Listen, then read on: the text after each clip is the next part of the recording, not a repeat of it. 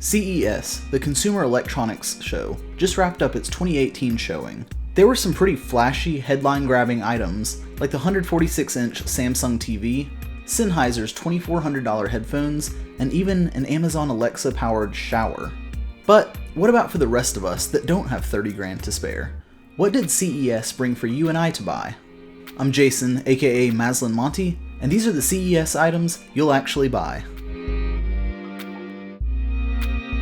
So I've spent the better part of this week looking at CES coverage, and as much as I want a folding TV, it's not for sale. But there are some pretty cool things at CES that actually will go on sale, and something that you or I might buy. And if I missed anything cool, let me know in the comments below. Let's get started. First up, we have the impractical but insanely cool Nanoleaf squares. Following up their triangular LED lights from a couple of years ago, Nanoleaf showed off square lights that can be daisy-chained together. Up to 1,000 can be set up in conjunction, and they'll be touch sensitive. A full wall of these will probably set you back several thousand, but a smaller set could be a really cool way to accent a room or setup. And while sticking on the colored light theme, Philips just announced a huge update for their Hue line of light bulbs. Philips Hue are what I use to light my videos, and a more feature-filled app to go with my existing lights will be great. Next up, DJI, the company known for their drones, has a new smartphone stabilizer. The big draw here is the price. At $129, it's one of, if not the most affordable stabilizer that I'd trust. Phone cameras are so good now that using one for vlogging or low-budget filmmaking is absolutely possible. The new Osmo stabilizer from DJI should allow you to get much smoother action shots. And better yet, won't break the bank if the action gets just a little too intense. It goes on sale next month, with pre-orders starting at the end of January. And gamers have some pretty cool things to look forward to as well. HTC showed off the next big thing for VR, with the Vive Pro and a wireless adapter for the Vive. The wireless adapter should be self-explanatory, reducing the tether between you and your PC, and from everyone on the show floor that's tried it, it's a game changer. On top of that, the Vive Pro is an entirely new headset. It offers a higher resolution of 2880 by 1600. There isn't a price or release date on the Vive Pro yet, but expect it to come out at least a couple $100s higher than the original Vive, and in a nice shade of blue. Last up is a product you won't directly buy, but it may be in your next computer. Intel and AMD, the two big PC chip manufacturers, teamed up to create a low-power, high-performance chip. While these aren't your top-of-the-line chips, they offer certain PC categories, like slim, work-grade laptops and ultra-small desktops, a boost in performance over what is available now, especially in graphics performance. Intel threw one of these chips into their own small form factor PC, the Hades Canyon NUC.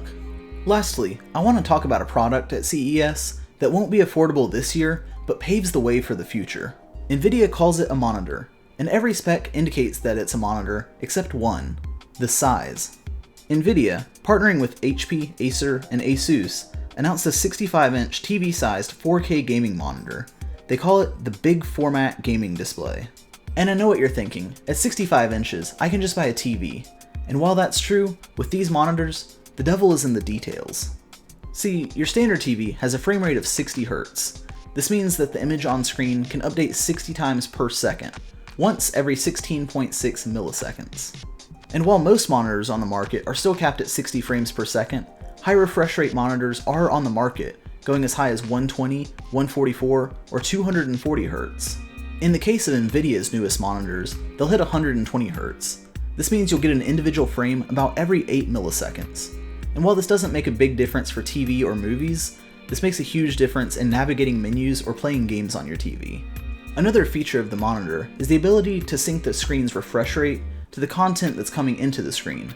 This is not a normal feature on most TVs. Why is this important? Because it preserves the feel of the content that you're watching. For instance, most movies are filmed at 24 frames per second, and TV shows at 30 frames per second. For TV shows, this is easy for a TV. Just show each frame twice, so 30 times 2 is 60 frames. But for movies, it's a little bit harder. Each TV has to work a little magic to get it to look right. These new monitors, however, have something called a variable refresh rate.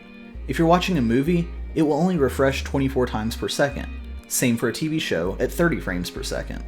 On the opposite end, it'll have the ability to break the 60 frames barrier for things like video games or sports, assuming the image coming into the screen is over 60 frames.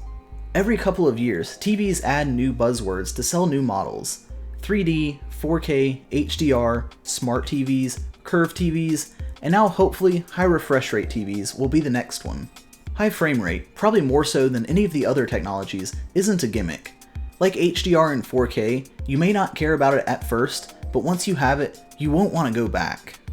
Anyway, that's everything I put on my wish list from CES. Let me know what's on yours in the comments below.